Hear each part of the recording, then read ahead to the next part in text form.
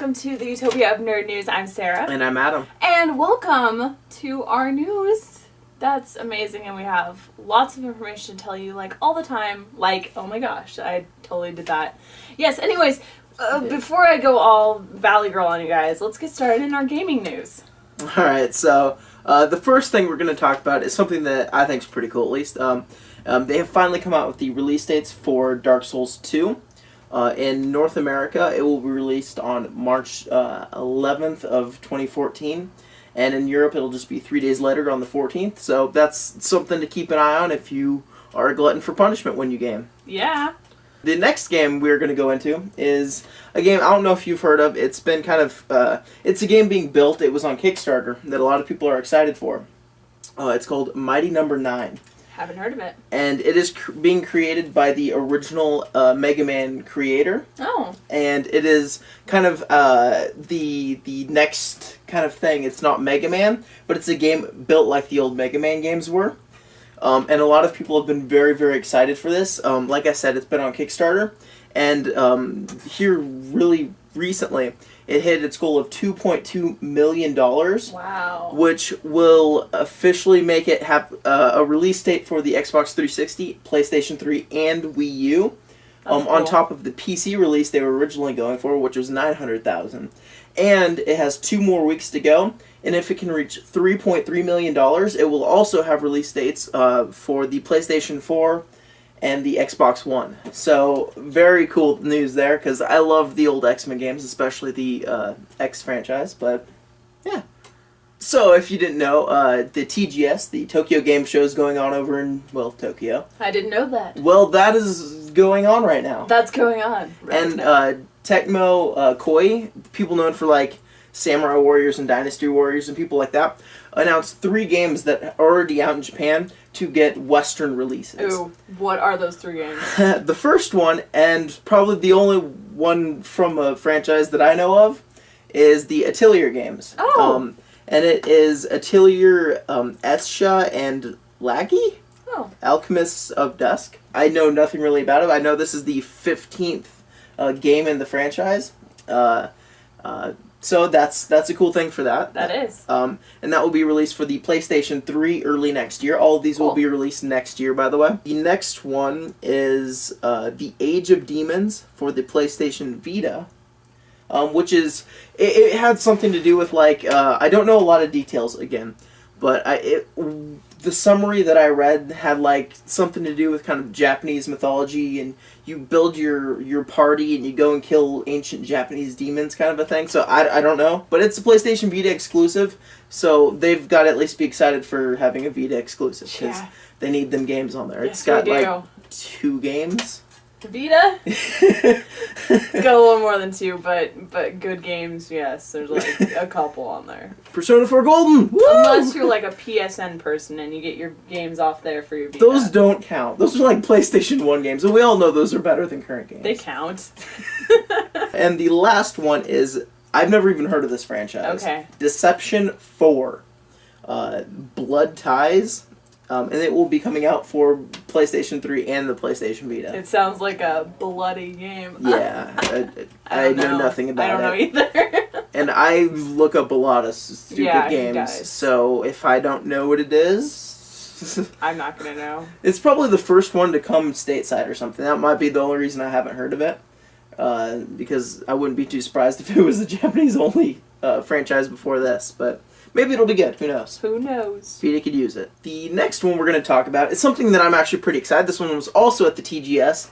And this was on Capcom's side. Now, as of upload time, this will probably be up and out, so you can look up a little bit more detail on it if you want. And we'll probably get to it next week. But they did specifically say that there would be a brand new franchise from the creator, Hideaki Itsune. Hopefully that's how it's pronounced. And for those of you who don't know who that is, his recent franchise that he just made was Dragon's Dogma, and I absolutely loved that game. Right. So I'm excited to see his next, because he decided, okay, we just had Dark Arisen.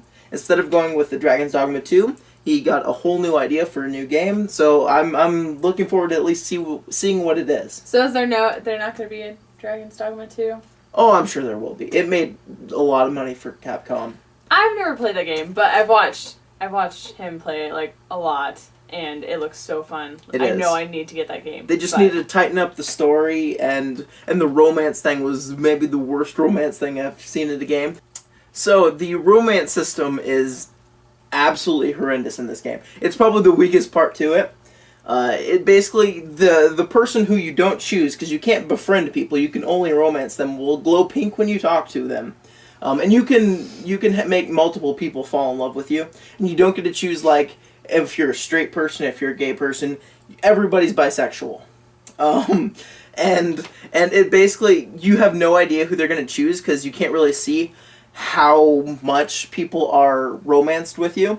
Like, there's no bar. You just know that these people are in love with you, and you don't know who's the most unless you only work on, like, one person.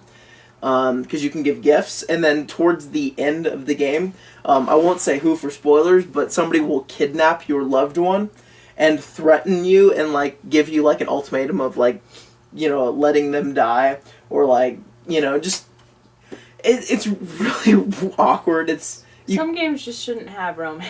Yeah, it's like something that they had no plans on doing, but then one of the high-up people in Capcom was like, you know what people like? They like to have that emotional connection with people. Throw in a romance system. And everyone's bi. Right. It's really haphazard. See, it's a good thing knowing this, because, you know, my luck going into a game, I'm like, gifts for everyone! Right. And I'd end up... Well, there's even an achievement for the Xbox. I don't know if the PlayStation has a trophy, but they might, for giving out 50 gifts to people. Oh. So it's like, it's just really bad. It's like, you know, I would give gifts in Dragon Age because that was their gift. Right, and the actual game had a really good premise for a story, but their execution was pretty poor on it. But the gameplay in it, I will say, is probably the best gameplay we've had this entire awesome. Generation. Mm-hmm. Not even kidding. They have some extremely unique, creative ways to do things. It's got a great open world feel. Just never ever do an escort in the game and you'll be good. Yeah. So, his new game, is there a premise for it, or just like just nothing talking about it outside of them basically just saying like, hey, watch our press conference, we're going to be streaming it. Cool. Because the guy with the cool new game franchise decided, hey, I've got a cool new idea. Ooh. And considering how original Dragon's Dogma was, it's definitely something to be interested in. That's a good step for Capcom. Right, good right, job. right. Good and job. Hopefully this doesn't end Dragon's Dogma, because this is a very financially successful RPG franchise for them, and I would hate for it to go away. Yeah, don't go bye-bye. Hopefully they get 2 now, though. Yeah, hopefully. Alright, we spent a long time talking about that. Okay. Alright, the next thing we're going to bring up is actually a video game trailer, a gameplay trailer for Final Fantasy Theatrhythm, the sequel to it. It is called Curtain Call, and it looks very fun. They have a lot of... So cute! These are very intelligent games, like, for them to think up and make. They basically, for those who don't know what it is, they have... Final Fantasy has probably the greatest library of songs. They have so many games with original songs. They have a lot of really great songs. Yes. And this series is like a half RPG, half music game, using those songs and like cutscenes from those games, and they have like the main characters from those games in like little cartoon chibi forms. Mm-hmm. Not it's really so chibi, adorable. but they're like cartoony, and it's really, really cool. And I can't play it. I can't play the first one because I haven't finished the Final Fantasy games, and it makes me so mad. Yep. Because, as a fair warning, if you haven't played all the Final Fantasies and you want to play this, they do use the actual, like, in-the-game cutscenes, like, the very end, so very spoiler-filled. That would be the one kind of downside that I think there is to it. Do they have songs from, like, 1 and 2? I think they have from all of them. Because I could play those. Those don't are the only even 2 have I beat. cutscenes. Yes, I know. The first, I guess... Well, the 2013 TGS trailer for Final Fantasy XIII Lightning's Return, did you have any thoughts on it? Just the fact that I miss last gen's Final Fantasies. Yeah, 10 was 14's good. I don't know, like, I wasn't a fan of 12. I did not like the story wasn't bad. The battles, I didn't like the way they changed the battle stuff. And Vaughn. Yeah, there's just something weird about that. And then 13 came and I was like, yeah, maybe it'll be good, maybe it'll be amazing, and it just kept going into 13.2, and now it's Lightning, whatever it's called. Lightning's Return. Yes, 13.3, even though they don't want to call it that. It's because they promised that they wouldn't make 13.3, so then they're like, whoa, 13 Lightning's Return. I mean, I love Square Enix, but I wish they would go back to the turn-based. Well, I wish that, because there's so many problems with the way they've done things recently, I wish instead of being like 13 through Lightning's Return, having one kind of game for the entire console generation, they would have kind of separated them out, come up with new games like they used to do, because they really needed a fresh start with it. Yeah. 13.2 had kind of, I guess, an interesting idea, but it basically just trashed the end of 13. Just basically take the end of 13 if you haven't beaten it, and just throw it by the wayside because they completely destroy what was set up at the end of it. And then they did that so they could create 13.2, which for the beginning part, it's not too bad, but then towards the end, it gets really stupid, to be honest. And then you're like, okay, so they did it to make a quicker buck because it's basically less content for the same price and using the established characters, a lot less creativity going into it. But they did have something really cool with the addition to Null, who is my favorite character from this entire 13 saga. Because he's the first really cool male they've had in a game since, I'm not going to count Kimari. Ornn was really awesome. But he's kind of a lead character. He's like half lead of 13.2. So I'd say the first really cool lead character that's a man that they've had since... Squall? I would go with Zidane, personally. Oh, Zidane? Is that 9? Yeah. I haven't played 9. So... I was a fan of Zidane. I really like Final Fantasy 9. It's a really cool throwback. Anyway, not going into that. This one, to me, literally just seems like I mentioned earlier, after 13.2 was came out, people played through the end of it. It literally had a to be continued at the end of the game, which was horrible, and games should never do that. Even if they know they're going to have a sequel, never end it with a to be continued cliffhanger, because it's not a TV series ending their season. And then when people were like, so are you going to have a 13.3? And they're like, maybe. And then people like, don't have a 13.3. And then they're like, oh, well, it'll be out in DLC probably. They came out with some little DLCs here and there, but then they came out with 13 Lightning's Return, say we didn't have 13.3. And this is an even more cut-off version of 13.2, because they're literally having no new characters. You only play as Lightning, and they enhanced her boobs to try and sell more to 12-year-old boys. They hoard out the game, and they're just trying to make a quick buck, and it really makes me upset. Yeah, and the whole problem that I had with 13 to begin with was, like, it was so linear. Like, there was no exploration. Like, the store and your save point was, like, the same thing, and Right, and they had this, like, full written-out, detailed story arc and storyline, but you had to actually go into, like, their menu thing to read entire storyboards, because they spent the entire time with dialogue with banter instead of depth to the story. The story was really... It was tough to follow. I mean, like, they're like, you had to see read. and the ill-see. It's like... Like, they had entire things of dialogue that could have been taken out because they wanted to have banter between characters, which is good. I want that in my games. Yeah. But you can't take out the parts of the story that are essential to understand all the intricacies of what's going on. When I first plugged it in and started playing it, they started talking about the fallacy and all of that. I was just like, what is happening right now? It's really poor story writing is what happened with 13. 13.2 was literally a cash grab, and just like 13 Lightning's Return. Anyway, I'll get off my soapbox. We could have a whole video on this. Maybe someday we will. But, yes. I don't know. I guess we'll see what happens when 13.3... 13 Lightning's Return comes out. I guess we'll see. Right, and the last little thing for gaming is a trailer that I actually refused to watch because it's the first Western trailer for Tales of Xillia 2, and I have not completed the first one. Ooh, I could watch it. So I didn't want to spoil the ending for Xillia for myself. Yes. So feel free to look that up on your own. It came out, I think, 2 days ago as of recording this. So feel free to go watch the first Western trailer for Xillia 2. Definitely. Because you should, because Xillia is amazing. Yeah, and unless it blows up at the end, but I hope it doesn't. I used to not be a Tales fan. I didn't understand what Tales meant. And then I started watching. See, that's a game franchise that knows when and how to throw in between character dialogue, and then fill the actual cutscenes with story premises. That's how it's done. Is play Tales of Zilly. It's much better with pacing, and the writing's much cleaner and well put together, and good storyline. Right. It keeps you like on your toes. And the combat system's much better. So it's better than 13 in every way. Yeah. All right, so moving on to movie news. You ready for some movie news? I am ready for some movie news. Tell me about some movie news. All right. Please. Well, it's been a few weeks. I think since kind of this summer thing, they've kind of dialed down the Marvel Cinematic Universe talk, right? Well, we're finally starting to ramp it up for probably because of Thor 2. Thor 2. And this one was Natalie Portman, when she was being interviewed, was actually saying, like, hey, I would really like to have a female superhero. But not only did she say that, she actually said there is one in the works.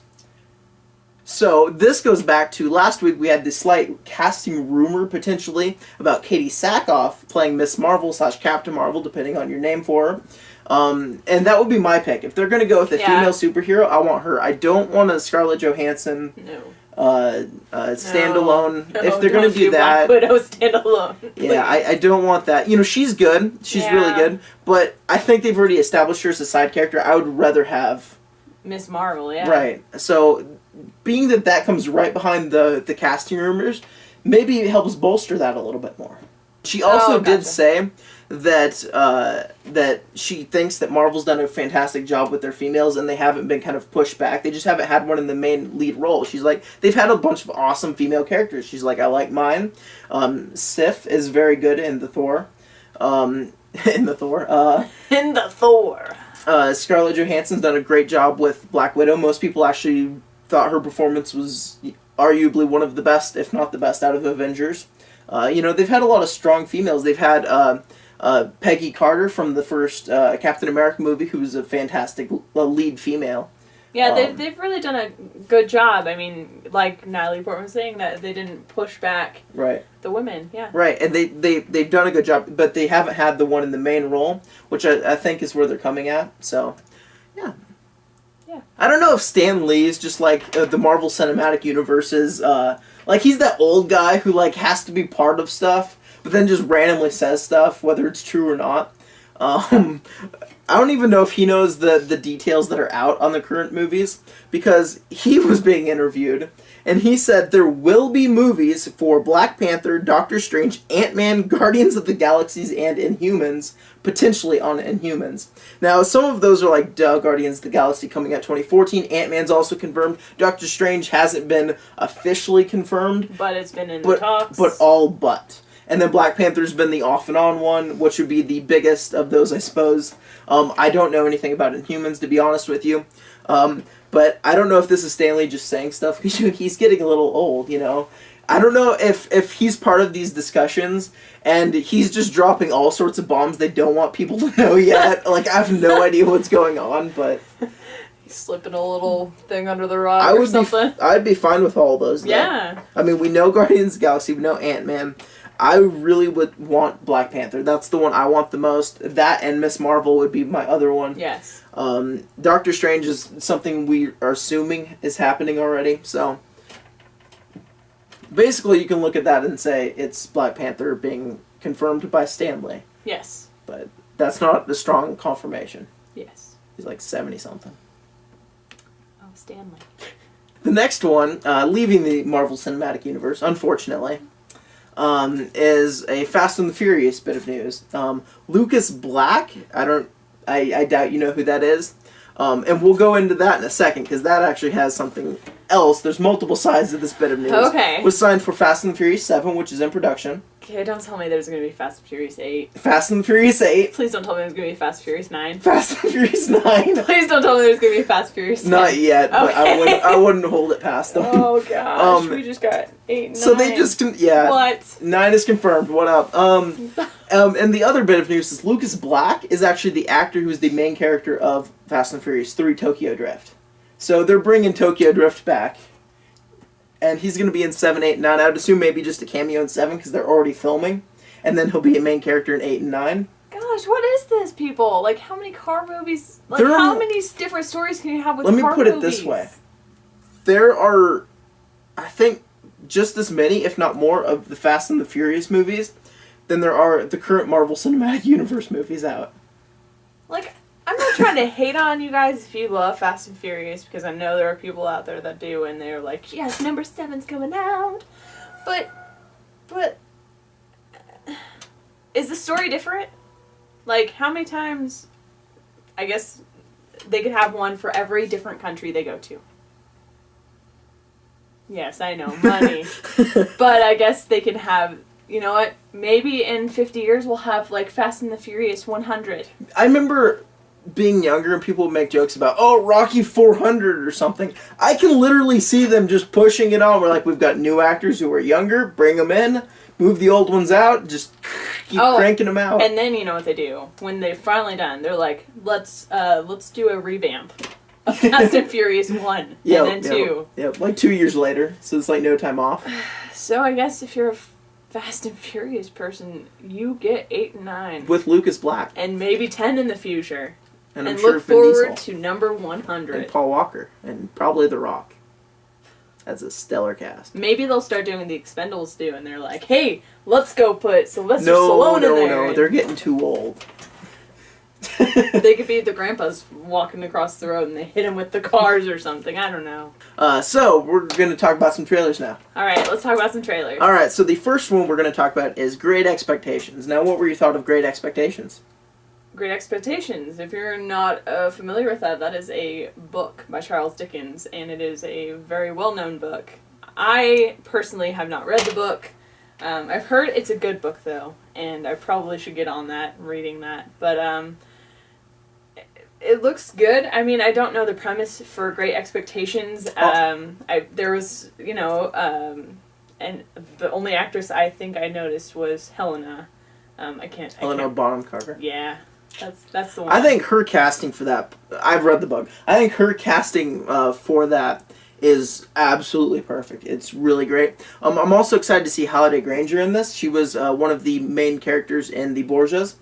And I'm curious to how she does in a movie role, in a big movie role, because this is going to be a pretty big one, and I think she's potentially a good up-and-coming actress. They got a lot of those kind of, for the younger ones, kind of some unknown people, which is I'm completely fine with, because I don't think our current cast of like 20-something-year-old actors are that great. So, completely fine with it. That aside, I think I have great expectations for it. Oh! I think this will help make up for The Great Gatsby. That was one I hadn't read, but to be honest, I was kind of unimpressed by the story in The Great Gatsby. This is a much better story. Charles Dickens is a much better writer, and as long as they don't blow it, this should be a good movie. And I mean, I love Scott Fitzgerald. And, you know, but the new Great Gatsby movie is kind of, I don't know, is a letdown with it sucked. Definitely some things. Watch our review, it sucked. Yes. The older one kind of depicts the book a little better. Still not great, though. Yeah. But, yeah, the Great Expectations trailer looks pretty good, even though I don't know. It does. That's actually my favorite of the movies we're going to talk about. The next one we're going to talk about is Nebraska. Oh, gosh. Okay. Nebraska! For a movie that is not a big movie coming out, it has an interesting storyline, I think. I'm not crazy about it being filmed in black and white. I can see, like, why they did it, but I'm still not crazy about it. But it does, I mean, it looks interesting. Well, to that, black and white, first of all, I don't mind it. I think I would love to watch it in black and white, just because that's such a rarity for nowadays. It is a rarity. But I'm sure when they have a bigger release, they'll have a colored version, because they would have recorded it in normal cameras anyway. Or filmed it, I should say. But yeah, I think it looks pretty good. I've heard a lot of really positive things out of the indie groups and festivals it's been in, and there's been a lot of hype around it for being a potentially really good movie. So I'm definitely really excited for this one. And it's about a state that doesn't get much. No, it's not.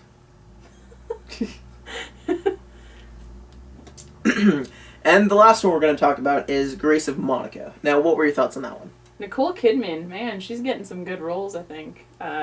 Especially, I mean, like, she's in The Railway Man, and that looks pretty good. Pretty good. That looks amazing. Yes, it does look amazing. That's coming out this year. Gotta check that one out. But I think for this one, it's interesting. I don't know the history behind I really don't.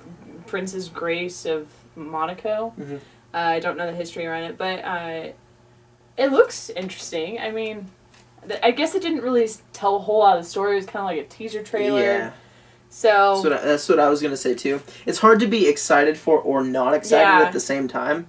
Now, however, I am normally really happy about movies not ruining themselves in the trailers. This one was... I'm sure we'll see a second trailer not too far away. Then we'll see a bit more of it. Because much like you, I don't know the story of her. Which kind of makes the intro dialogue to what was there kind of funny about how everyone would know her historically and stuff. Yeah. But we're Americans. We're not supposed to know about these things, I guess. I guess, yeah. But, yeah, I'm kind of neutral on it. Yeah, but, you know... Wait to see more. It doesn't look bad. Yeah, and Nicole Kidman is a very well good actor. She's a very well good actor. Now, we're going to move into the television news. And I just have one thing to talk about, and it is something that could be pretty cool.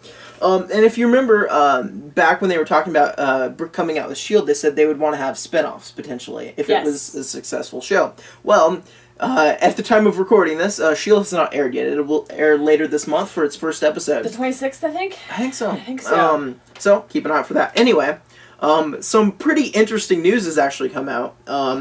Peggy Carter, the main lead female of Avengers, the movie, has the first one, has a short film coming out, and it's actually coming out with the Iron Man 3 DVD release, which most people are actually looking at as a potential lead-in to a Peggy Carter TV series that's been rumored going around now.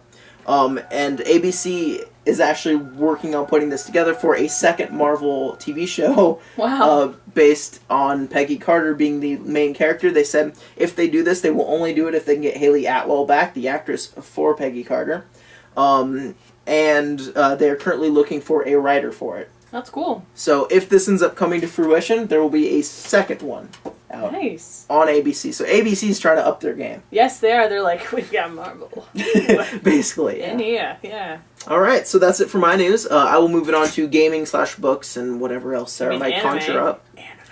Anime and books and whatever else Sarah conjures up. I suppose gaming and anime could be simultaneous. Hey, we talked about Zillia. That's an anime game. Yes. So there we go. Yes. All right, so moving into our anime news. There's some cool news going on in the anime world. Obviously, there's always cool news going on. But anyways, yes, if you have heard about the Fairy Tail movie that is going to be coming out, they have an English cast announcement for Fairy Tail, the movie Phoenix Priestess. They're introducing 3 or 4 new voice actors in the movie, and it will be a Blu-ray DVD combo release on December 10th of this year. So you can look forward to that if you are a Fairy Tail anime fanatic. That is a thing. On to Funimation. Funimation has released some information that's interesting. Or interesting information, whichever you want to say. There is an anime called Oni Eye, and it will be released on Blu-ray and DVD combo on December 31st. Now, this, in Funimation history, is the first anime that is subtitled only, coming from Funimation. They're trying this out because, you know, some animes, they come over and they don't get an English dub because, you know, they're not popular enough, and that's really what happens if there's not an English dub. It's the simulcast didn't go so well. So they're trying this out. They're trying to bring over sub-only animes to, you know, release animes that wouldn't be released over here. So they're trying that out. It's a trial with Oni Eye, and the complete series, it contains 12 episodes, 6 of which will be, it might be plus 6 bonus OVAs, or it might be, you know, in that. And it also comes with a reversible wrap, so you can put your favorite girl on the cover. So, yes, Funimation is... Sounds like one. So, yes, Funimation is trying this out. And it's, you know, like I said, it's just a trial basis to see if, you know, people like it. It will become a thing in the future. But they said, don't worry, we're not getting rid of your English dubs. So don't worry, they're not like, oh, we're just going sub only. So yes. I think that's pretty cool. First, it's obviously a much cheaper alternative for them because voice actors are probably one of the more expensive things they have when they do that. And two, I think it's really cool for the smaller animes, and it can still open the door for them to potentially do a dub version if it does get some popularity over here, or I should say in the West in general. Yes. So I think that's really cool. It can open up some more doors and possibilities for some of the non-high budget animes. So I think that's a really cool thing. Definitely excited for that. I thought it was a really cool thing too. I mean, you know. And she doesn't even do non-dub anime. I try. But yeah, I watch a lot of English dubbed. It's just, it's easier for me because I have a hard time reading and paying attention to what's going on. Yeah. I can multitask, but when it comes to that, I fall flat on my face. But, but yes, and like I said, when they're doing dubs, the whole reason why animes get dubbed is because they gain that popularity of people watching the simulcasts or stuff like that, and then they're like, oh my gosh, people like this, so we're gonna dub it. So yeah, like, voice actors and actresses are probably expensive. Right. So yes, Funimation. Hopefully it works out for them in the future. Hopefully. Still moving on from Funimation into Sentai Filmworks. Sentai Filmworks announced the cast for its English dub of the Kokoro Connect anime.